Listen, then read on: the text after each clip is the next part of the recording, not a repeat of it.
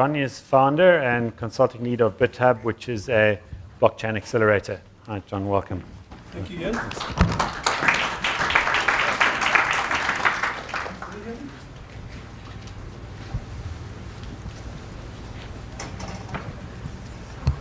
Yeah, so as you've heard, my name is John Karanja. And to borrow from Andreas' analogy, we at BitHub Africa are thrilled to know that we are conductors on the Lunatic Express, given that we are all part of the Lunatic Fringe. So what we do at BitHub Africa is we drive the adoption of blockchain technology, like Bitcoin across Africa. And we do this by educating people. We travel across the region doing meetups, and we carry out training workshops. We've spoken to, I think, most of the African regulators. Next. And my presentation today is on the African blockchain opportunity. And just to give you a bit of background about myself, I've been in the Kenyan tech startup scene for the past 7 years. So I witnessed the arrival of fiber optic, which opened up the country and indeed the region to affordable internet access. And of course, we all know Kenya for mobile money called M-Pesa, which was brought about by the adoption of mobile phones as well. So what M-Pesa did is it allowed us to send money across the country. I could send money to my grandmother without giving my cousin cash in an envelope, and the envelope having reached my grandmother without a few notes. So M-Pesa became a sort of a reliable platform for sending money across the country. And in fact, it works. If you're in London and you're on Safaricom, you can send money to your relatives in Kenya using M-Pesa. So Bitcoin took things to the next level. We all hear about financial inclusion in Africa. A lot of people don't have access to services that have been there in the more developed countries. And what Bitcoin does is it gives people a lot of power to determine their own destiny. And in fact, during my travels, I met young people, a 26-year-old gentleman who was able to bring his family out of poverty by leveraging off Bitcoin. So he was doing a bit of Bitcoin trading, a bit of Bitcoin mining. And today he's a fully fledged businessman traveling back and forth within Kenya. So the huge opportunity for us, I believe, is permissionless innovation. And this is the challenge of M-Pesa. My previous startup was called CrowdPesa. This was in 2013, and we were trying to build a mobile e-commerce platform on top of the M-Pesa platform, but M-Pesa did not have a scalable API, right? And you needed to fill a lot of documentation, you needed to be a company, you needed to be registered, and Safaricom needed to trust you. So this becomes a challenge for many startups that are bootstrapping. They don't have much resources. And Bitcoin, when I discovered it, I realized this is something that will be a game changer. So we've heard a lot about the characteristics of the Bitcoin blockchain. And I think one of the big challenges we have on the continent today is we have about 2,600 cultures, all speaking different languages. So how can we get these people, Africans, to trust each other? And I find that the blockchain, and in particular the Bitcoin blockchain, is a very interesting tool that we can use to do exactly that. Because on the Bitcoin blockchain, we all speak the same language. And one of the things we're trying to do at BitHub is to get as many developers to understand the details about how Bitcoin can be used as a protocol and a software. So the benefits we heard about them is the immutability. One of the challenges in Africa is corruption. And because a lot of the economies are small economies, corruption has a huge price for the citizens. So just by reducing corruption by a factor of 3 will lead to huge benefits. And using the blockchain, we can see this addressed across many areas, from land to issuing loans, credit scoring. So the problems we have is the blockchain is currently resource heavy. There's not much mining done in Africa because you need quite significant capex.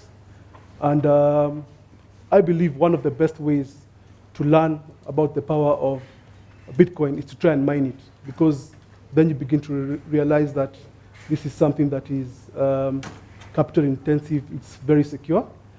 And the other challenge is the complexity. Explaining Bitcoin to somebody who is not technically savvy can be a huge challenge. And this leads to the biggest problem, which is the user experience. Today, M-Pesa is a very simple platform to use.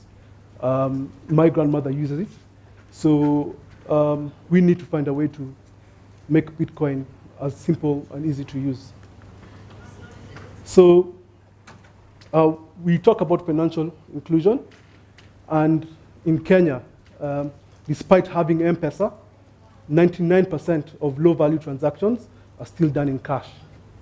And of course, Safaricom are always ahead of the game. So what they've done is they've said for any transaction less than $1, they're going to zero rate the fees.